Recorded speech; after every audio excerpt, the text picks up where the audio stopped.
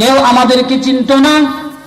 অমুক এলাকার অমুক লোক, তার নাম বললে কেউ চিনত না, এরকম নামে দুনিয়াতে ছিল না।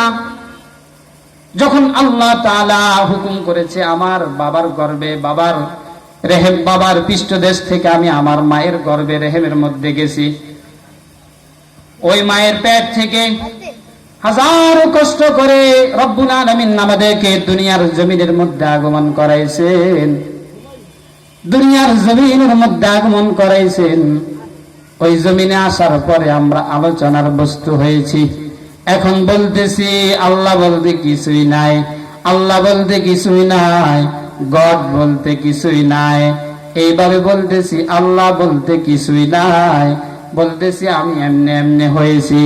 আমি বলবো ও বিবেকহীন লোক, তুমি তো এই কথা জানো না, দুনিয়ার মধ্যে সামান্য থেকে সামান্য কোনো কিছুই হয় না, কোনো ব্যক্তি বানানো ছাড়া, কোনো উসিলা ছাড়া।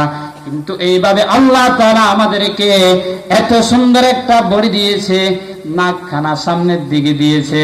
কোন ব্যক্তির যদি এমন থাকতো যে তার চেহারাটা পুরাটা সুন্দর, এই যে নাক যেটা আছে ওই নাকটা তার পিছনের দিকে দিয়ে দিই, তাহলে কেমন দেখা যাইতো? আল্লাহ তাআলা ওইটা না কইরা সুন্দর করে আমাকে নিজ কুদরতি হাতে বানাইছে। আল্লাহ রাব্বুল আলামিন দুনিয়ার জমিনে আসার আগে আমাদেরকে মায়ের গর্ভের মধ্যে খুব সুন্দর করে আমাদেরকে ওই রেহেমের মধ্যে বানাইছে। 40 দিন পর্যন্ত একটা গোশতের টুকরা বানাইছে, এইভাবে মাংসের টুকরা, এইভাবে হাড্ডি লাগাইছে। সব লাগানোর পরে রব্বুল আলামিন আমাদেরকে, আপনাকে সবাইকে দুনিয়ার মধ্যে পাঠাইছে। আমরা দুনিয়ার মধ্যে আসছি, কিন্তু যখন বলি আল্লাহ বলতে কিছু নাই, আল্লাহ বলবে ওই বেঈমানের বাচ্চারা এদিকে আয়, তোরা সবাই সোজা আমার জাহান্নামের মধ্যে চলে যায়। খালিদিনা ফিহা আবাদা, ওইখান থেকে আর বের হওয়ার তোর জন্য আর সুযোগ থাকবে না, ওইখান থেকে আর কখনো বের হতে পারবে না। তুই যদি 1000 বছর পর্যন্ত চেষ্টা করস, তাহলে আমার ওই জাহান্নাম থেকে বের হতে পারবি না। ওইখানের মধ্যে তারা জ্বলতে থাকবে, চিরকাল বলতে থাকবে। এইভাবে গেল 2 দল, এখন আছে কয় দল? 1 দল। কয় দল?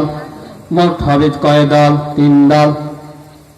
মাঝখানে যারা আছে, যে বলতেছে তুমি সামান্য গুনাহ করছো, আবার কি তওবা করছো, আবার গুনাহ করছো, খাঁটি তওবা করে আসতে পারো নাই, তুমি গুনাহও করছো, এইভাবে ইবাদত বন্দেগী করছো, তুমি বসো, তোমার বিচার কার্যক্রম আছে, তোমার দরকার আছে, তুমি অন্যায়ের বিরুদ্ধে কথা বলো নাই, হক কথা বলতে গেলেও তোমার জন্য লজ্জা হতো। তোমার চেহারার দিকে তাকাইয়া যদি কখনো হক কথা বলতো, তাহলে তোমার মনে কষ্ট আসতো। তোমার দুনিয়াতে পাকাপোক্ত ঈমান ছিল না, তুমি বসো, তোমার বিচার শুরু হবে। এইভাবে তার বিচার করতে করতে তাকেও জাহান্নামে দিবে। আল্লাহর হাবিব সাল্লাল্লাহু আলাইহি ওয়াসাল্লাম বলেন, দুনিয়ার মধ্যে ওই ব্যক্তি যারা জাহান্নামের মধ্যে যাবে আমল করিয়াও, ওই ব্যক্তিদের মধ্য থেকে সর্বশেষ এমন কিছু লোক তারা জান্নাতে যাবে। একজন লোক সর্বশেষ জাহান্নাম থেকে বের হয়ে জান্নাতের মধ্যে যাবে। আল্লাহ রাব্বুল আলামিন ওই ব্যক্তিকে জাহান্নাম থেকে বের